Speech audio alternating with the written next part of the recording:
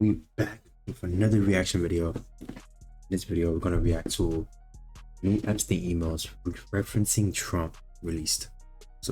Trump supposedly is in the Epstein files list. Not too sure if that's true or not. But we about to check this out. Pretty new. This is like came out on 12 hours ago. Been released. So we about to check this video and put a 2 cents in. I'm not really sure if it's true or not, like I said before, but who knows, man. The people on top, bro, you never know, bro. Like, I mean, I did question that myself, like, how come they have released the Epstein files, or like, how come they haven't released any names? Usually when that happens, I feel like typically is like because there's very powerful people at the top, and they probably don't want them to like be exposed, because they're at the top. So could be things like that, it's very obvious, but you better check it out, see what they talking about. Don't forget to leave a like, subscribe if you haven't already, hit that bell, and comment what other videos you want to react to. I'll go around to it. I appreciate y'all tuning in. But let's check it out, guys. Let's see what we have to check in. See. Pause that conversation to get back to this breaking news we just teased. Just moments ago, the House Oversight Committee released never-before-seen emails from Jeffrey Epstein's estate, which include correspondence between Epstein and his longtime co-conspirator, Ghislaine Maxwell, currently incarcerated on sex trafficking charges. Let's now bring in MSNBC Justice and Intelligence reporter Ken Dilanian, who has been digging through these emails. Ken, what have we learned so far? Good morning, Jonathan. Well, look, the Epstein estate has released some 23,000 emails, and House Democrats have been poring over them, and they found some correspondence directly mentioning Donald Trump by name. They've released 3 of these emails. It's funny how some Democrats, specifically for Donald Trump, can be another one of their tactics. Who knows? Let's continue.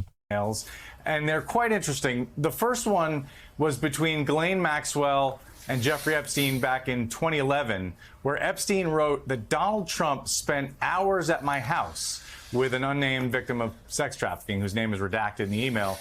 And Epstein referred to Trump as the dog that hasn't barked.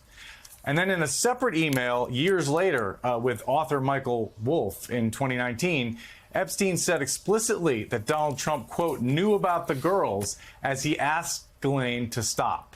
And then the Democrats cite another email with Wolff in 2015 where Epstein and Wolff are discussing if they can craft an answer for an upcoming Donald Trump interview. And Wolff sort of suggests that Epstein has leverage over Donald Trump, saying if he says he hasn't been on the plane or to the House, then that gives you valuable PR and political currency. Now, look, Jeffrey Epstein, it was a manipulative monster, and so you really can't take anything he says to the bank here. It's like,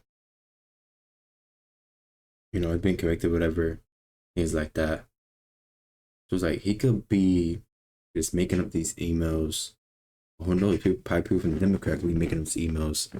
It's really easy to fake stuff and deceive people nowadays. You just can't really truly believe what you see now. So it tends to, like, you gotta pretty much do your own research about it, things like that. So yeah, it's like I'm not really surprised with the whole email thing, or like them going back and forth and exchange words, things like that, because from what we've seen before, it was like an old photo of them being together, bringing an event together, things like that. So I'm not too sure, man. Do I believe Donald Trump been in Epstein Island or whatever? I'm not too sure. I'm not sure about that. I do find it suspicious that, like I said before, they didn't raise any names on the list. So, you never know, man. Like, when it comes to trafficking, child rapists. Okay, I'm sorry, I can't really say it. Whatever. And things like that, is like, that could really ruin somebody's reputation. It could really down them really below, and their whole life is over. So it's like, you're gonna do whatever it takes to like stay at the top or stay in power as long as possible. It is what it is. Very unfortunate though, that people like that exist in this world, in this country. So But this is important evidence that people trying to understand what Donald Trump's relationship was with Jeffrey Epstein and what his role was and where he was and did he go to the House. This is important evidence that fills in some blanks on that picture. The Democrats believe there are more to come from these emails that have been released by the Epstein estate, John. And we should note our friend Joyce Vance notes on Twitter just now, she's also pouring through these emails, that one of them dates from 2011 when Epstein would have had really little incentive to lie, and it's well before Trump's political career, of course. So this is, Ken, the story that Donald Trump just wants to go away. And he's done a pretty good job, I guess, of telling MAGA influencers, hey, stop talking about this. He kind of quelled that rebellion that we saw over the summer.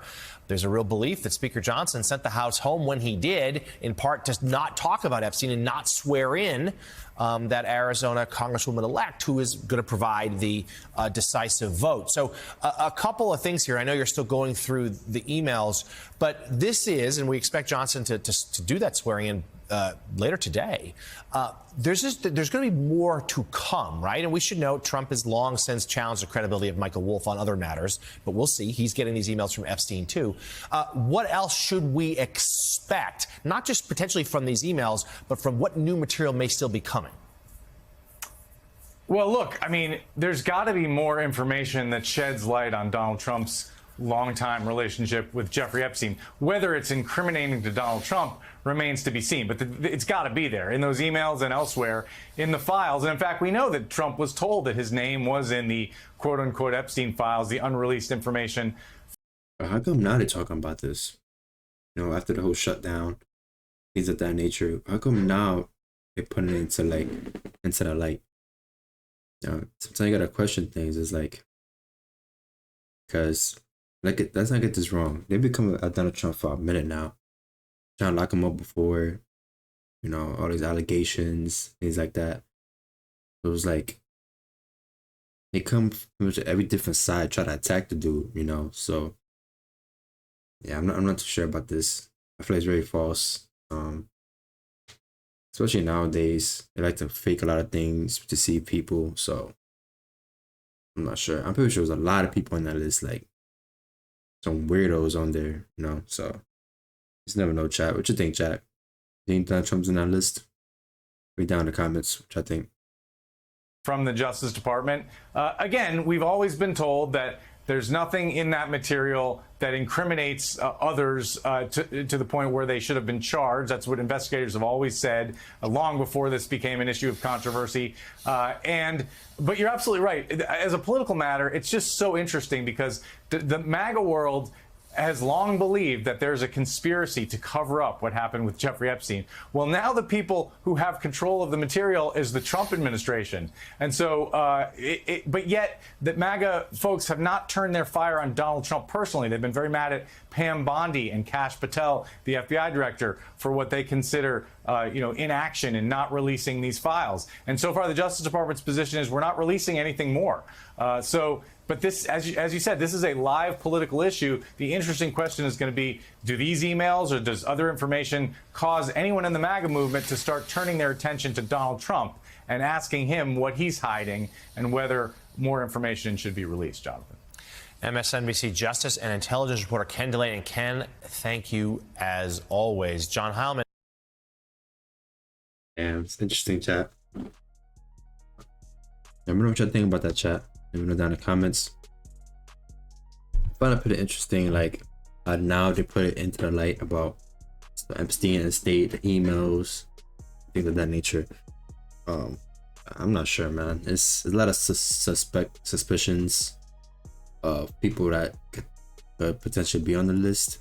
You know, I know most of them are political. You know, people are positions of power, things of that nature. So I'm not surprised they're not really giving out no names for real. So that's how they stay in power. So yeah, guys, let me know what you think about this down in the comments below. Don't forget to like, subscribe if you haven't already. Appreciate y'all. See you on the next one.